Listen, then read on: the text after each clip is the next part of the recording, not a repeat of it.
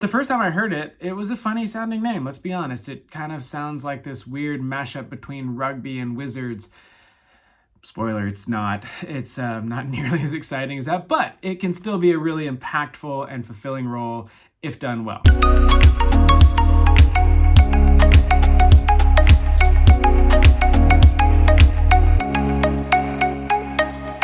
So you're curious about this Scrum Master thing. Maybe you're a project manager who's interested in becoming a Scrum Master. Maybe you've read a job description and you're not sure what the role is like. Would you enjoy it? Either way, you're curious. And today here on Everyday Design, we're going to cover what is a Scrum Master. What roles do they play? What responsibilities do they have? This is going to be an overview, so I've included down in the description lots of links to other videos and content that'll help you take a deeper dive if that's what you want to do after this. But for now, let's dive in. Scrum Master. What is it? I've been a Scrum Master. I've trained other Scrum Masters.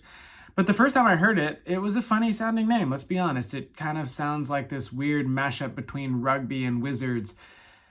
Spoiler, it's not. It's not nearly as exciting as that, but it can still be a really impactful and fulfilling role if done well. The Scrum Master is part of the larger Scrum team, so let's look at what does a Scrum Master do on the team. They play three critical roles.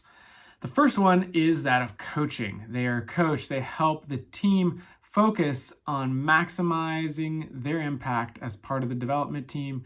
And they do this really through teaching them and helping them grow. Second, they bring clarity. They help the team and the organization understand Scrum. And really that latter, helping the organization understand Scrum, might be one of the most important parts of their job. More on that in a second. But the third part, the third role that they play is that of a servant leader. And a servant leader, let's be clear, they're not the boss. They're not in charge of the development team members. They don't tell them what to do.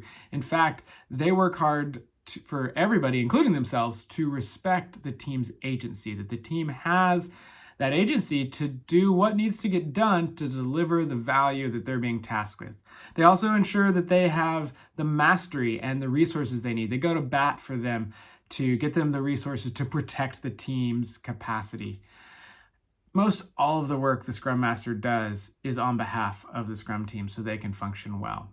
Okay, those are the three roles, and now kind of interwoven with those roles are the Scrum Master's responsibilities. So you're going to see some overlap here, but I think it helps paint a more full picture for you.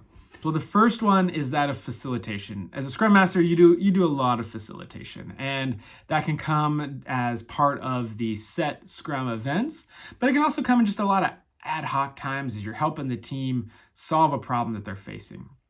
Again, because you're not telling them how to solve it, but you might be facilitating some sort of exercise to really help them lean in and figure out how they want to solve it.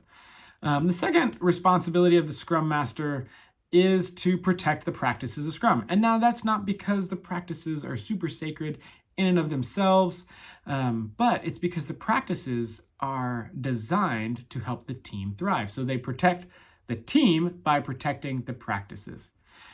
Thirdly, they spend a decent amount of time helping the team by removing obstacles. And obstacles can come in all sorts of shapes and sizes, so this responsibility can vary a lot.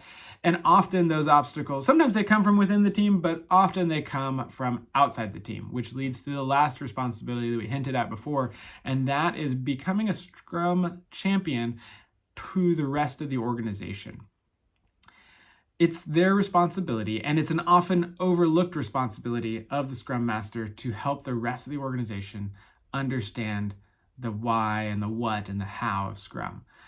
Not doing this is probably the most common reason I see Scrum fail to really take root and thrive. It's because if the people in the rest of the organization, no matter how well that team is functioning, if the rest of the organization doesn't understand it, or they don't like it, or they're frustrated by it, there's going to just be friction everywhere, and that friction will eventually halt the progress of the Scrum team. So what does it look like to champion Scrum within your organization? Well, it can be, a lot of times it's through just a ton of conversations, but it can be through training, it can be through documentation, it can be through presentation, asking hard questions, giving feedback. It can take all sorts of forms and shapes and sizes.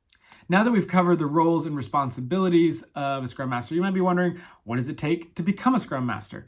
Well, there are two primary paths that you can take. The first one is training. You can go get the CSM is the most common kind of industry standard for getting a Scrum Master certification. The PSM is also a common one, more common outside the US than inside, but it's still a good certification. It still validates that you understand the basics. And really that's all both of them do, is they validate that you understand the basics. And so they're kind of costly, can be anywhere from $1 to $3 grand for the CSM.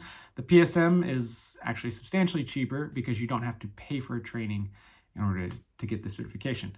But the other option is self-guided learning, and that kind of pairs well with the PSM and when it comes to certifications. But that was actually my initial path, was self-learning. I've since then gotten many certifications, but I would really recommend this. If you're curious, if you're starting out, go down the self-learning path. And I think the self-learning path combined with just the experimenting of practicing Scrum, whether that's on a project you're leading or on different aspects of your everyday life, is really the best way to incorporate that experiential learning with the concepts and structures of Scrum. If the idea of learning how to use Scrum in your everyday life is intriguing to you, check out a link in the description. I've got a couple of them for that. In particular, I have one to a guide for everyday people learning to practice Scrum. And I wrote this because a lot of the resources out there, they are written for people in the software development space. Now, my guide will still help those, but it's not written explicitly for that. It's written more for your everyday person who's trying to apply it in other domains, whether it's graphic design, content creation, marketing, you name it. Homeschooling, DIY projects for your house, your personal or professional development, all of those. You can find some resources for that, because really Scrum is not just limited, hear this, it is not just limited to developing software. That is where it finds its origin, but it's not limited to just that space. I found Scrum to be a fulfilling and enjoyable role.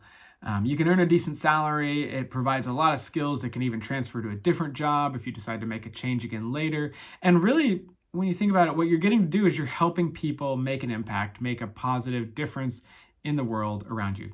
That's not a bad job.